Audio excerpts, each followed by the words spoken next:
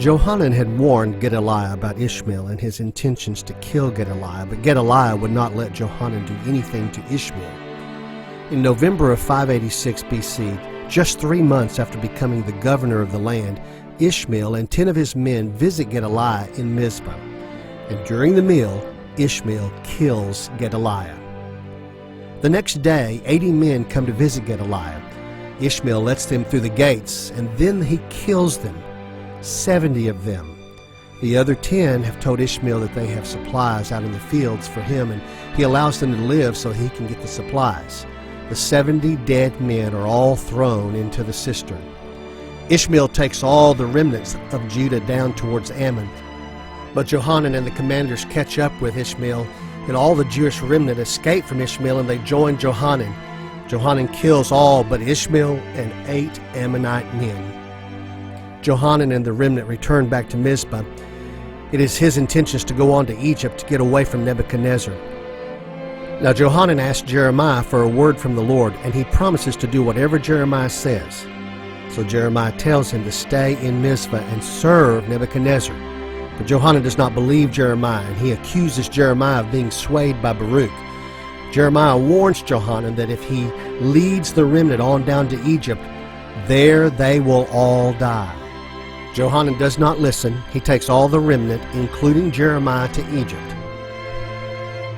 At Taphanes, Jeremiah takes some stones, and he mortars them into the terrace of the entrance of Pharaoh's palace. Jeremiah says, Nebuchadnezzar will sit his throne at the top of these stones, and he will shatter the temple of the gods of Egypt. Jeremiah goes on to tell them that they will all die in Egypt, and Pharaoh Hophra will be given into the hands of Nebuchadnezzar. Once again, the Lord gives Jeremiah a word for the remnant in Egypt. Why are you doing this harm to yourself by staying in Egypt? The Lord asked. The Lord will cut you off if you stay here. But they say to Jeremiah, we are not going to listen to you at all. On the 5th day of the 10th month of 585 BC, the Lord tells Ezekiel that he is going to be a watchman for the exiles, to blow the trumpet, to warn the wicked that they will die, and to assure the righteous that they will live.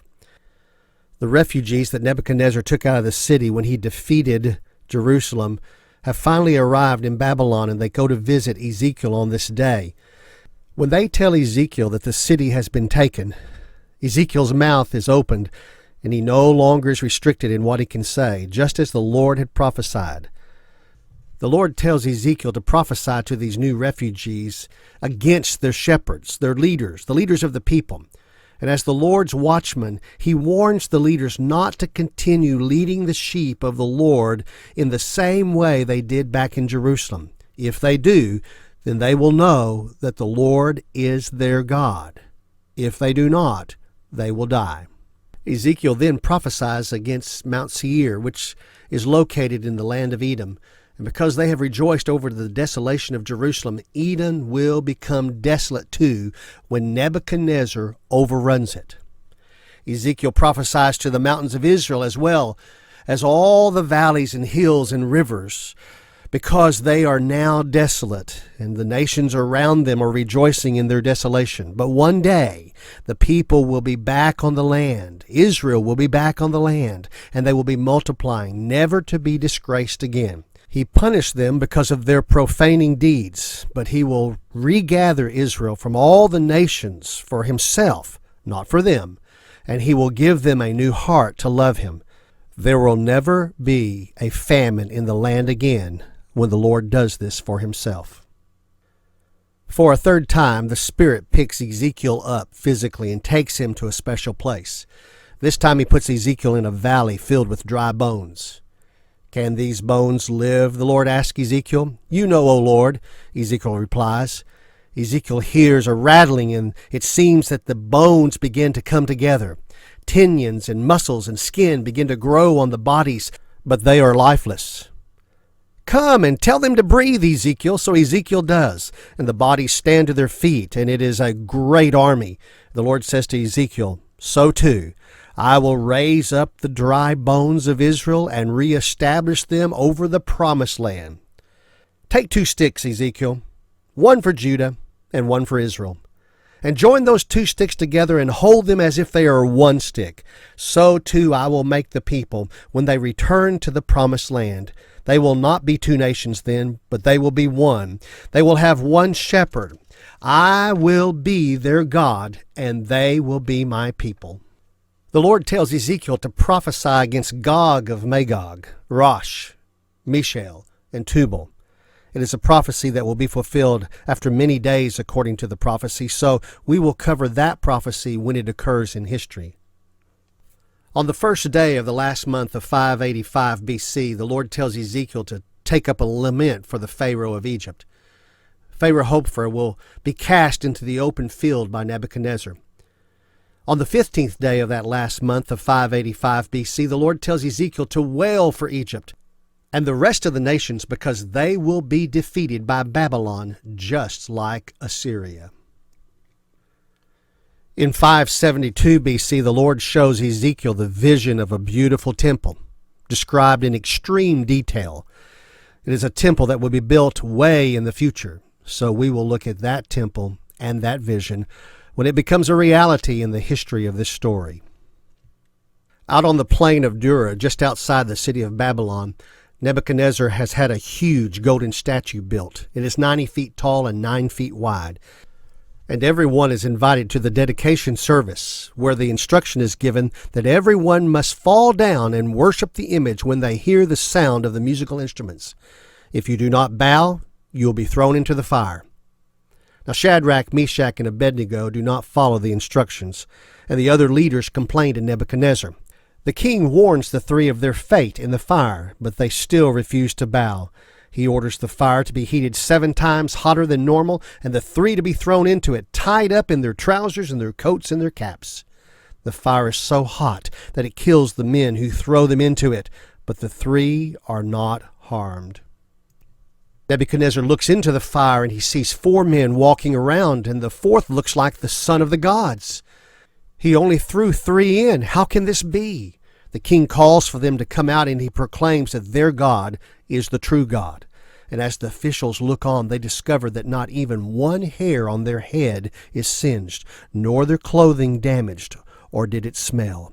Nebuchadnezzar decrees that no one should ever speak a word against God, because no other God can deliver this way. The 3, Shadrach, Meshach, and Abednego, continue to prosper in Babylon. Nebuchadnezzar's overthrow of the known world is put on hold for 7 years after building the image of gold, and is throwing the 3 Hebrews into the fire. When the 7 years are over, Daniel records a letter that Nebuchadnezzar sent to all the people. It tells of his dream that only Daniel could interpret. Nebuchadnezzar saw a great tree that kept on growing stronger and reaching to the sky, and everything on earth lived under its shade. But an angel descended from heaven, who shouted, "Chop it down, chop the tree down, but leave the stump and the roots. Put a band of iron and bronze around it. Let it be in the new grass, and let it be drenched with the dew. Change its mind from that of a man to that of a beast, and let it be for 7 periods of time." Now Daniel interprets the dream. You, Nebuchadnezzar, are the tree. You will be cut down, and you will be driven into the field, where you will live and think like a beast, and eat grass like the cattle for 7 years. Daniel begs Nebuchadnezzar to break away from his sins so he can continue to prosper. 12 months later, Nebuchadnezzar is on his roof looking over the kingdom, and he says to himself, "Is this not Babylon the Great, which I myself have built as a royal residence by the might of my own power?" Immediately, Nebuchadnezzar hears the words, "Your kingdom has been ripped from your hands, and you will be driven into the field, where you will live for 7 years like an animal. His hair and his nails grow long like eagle's feathers and like bird's claws." After 7 years, the Lord returns Nebuchadnezzar's mind. And Nebuchadnezzar turns his eyes towards heaven, and he blesses the Most High God. The Lord returns him to his splendor, and he returns him to the palace and to his kingdom that the Lord has given him in the past. And with Nebuchadnezzar's humbled heart, the Lord is able to add surpassing greatness to his kingdom. In 565 BC, Nebuchadnezzar has destroyed Tyre in a very hard battle. The Lord tells Ezekiel that Nebuchadnezzar is moving towards Egypt to capture her and to overthrow Pharaoh Hophra. Every word comes true. Nebuchadnezzar sets a throne over the stones Jeremiah buried there in Taphanes, and the history tells us that the Jewish remnant there are killed just as Jeremiah prophesied. When Nebuchadnezzar is finished, Ammon, Moab, Egypt, and Edom are desolate. Once Edom, the homeland of Esau and his descendants, is desolate, the Lord has Obadiah prophesied towards Israel and against Edom. Like Joel, the prophecy tells of the repopulation of Edom and her destruction on the day of the Lord's return at his second coming. We will cover Obadiah's prophecy where it is fulfilled in the history of the story of the Bible. In the 37th year of Jehoiachin's exile to Babylon and being placed in prison, on the 27th day of that 12th month of 556 BC, Nebuchadnezzar dies, and evil Merodach becomes the king of Babylon, and in his kindness he releases Jehoiachin and sets him on a throne beside him, and he provides his daily needs, provisions, and meals until Jehoiachin dies. Since Nebuchadnezzar's initial extraction of exiles from the southern kingdom in 606 BC that included Daniel and Shadrach, Meshach, and others, over the years, Nebuchadnezzar took 3 more sets of exiles out of the southern kingdom. In 599 BC, Nebuchadnezzar's 7th year, he took 3,023 into exile. In his 18th year, 588 BC, he took another 832. And in his 23rd year, 583 BC, he took another 745. So Nebuchadnezzar took 4,600 persons, in addition to the original group that he took out in 606 BC. In 539 BC, Belshazzar, the grandson of Nebuchadnezzar, begins to co-rule with his father, Nabonidus. Now Nabonidus had killed evil Merodach and taken Queen Nitocris as his wife. Queen Nitocris was Nebuchadnezzar's daughter, and evil Merodach was Nebuchadnezzar's son-in-law. So Nebuchadnezzar's daughter, Nitocris, is the queen with Nabonidus and also with evil Merodach. Nabonidus is the king, but Belshazzar is of age, and he begins to co-rule with Nabonidus in 539 BC. So in Belshazzar's first year in this position, Daniel has a dream. And in the dream, Daniel sees 4 great beasts. The first was a lion whose wings were plucked, but it was standing up on his 2 hind feet like a man, and it had been given a human mind. The second beast was a bear with 3 ribs in its mouth. The third beast was a leopard with 4 wings, and it had 4 heads. The fourth beast was dreadful and strong, with large iron teeth and 10 horns. While Daniel is looking at these 10 horns, a little horn grows up among the 10, and 3 of the first 10 horns are pulled out by their roots. The little horn has the eyes of a man and a dreadful, boastful mouth. Finally, as Daniel's watching, he sees thrones being set up, and the Ancient of Days takes his seat on his throne. He has snow-white clothing, and his hair is pure white. The throne is in a blaze with flames, and the wheels are afire. A river of fire flows before him, and thousands are attending him, and 10,000 times 10,000s are standing before him. And Daniel sees these books opened, and he sees that that beast is slain, and he's thrown into the burning fire, and the other beasts have lost all their power. And from the clouds, Daniel sees the Son of Man coming to the Ancient of Days, and the Ancient of Days gives him dominion and glory and honor, and a kingdom that will never end. All the nations will serve him and his kingdom forever. Daniel asks for the meaning of this vision from one of the attendants who is standing by in the vision. And he tells him that the beast are 4 kings that will come on this earth with 4 kingdoms, and they will give their kingdoms to the Son of Man. The dreadful 4th beast with the 10 horns, and the little horn that comes up is that last kingdom. That little horn is waging war with the saints, and Daniel sees it. The 4th beast is the 4th kingdom on the earth, crushing the whole world. The 10 horns are 10 kings that will come out of this 4th kingdom, and another will come. That little horn will come up, and he will subdue 3 of these 10 kings.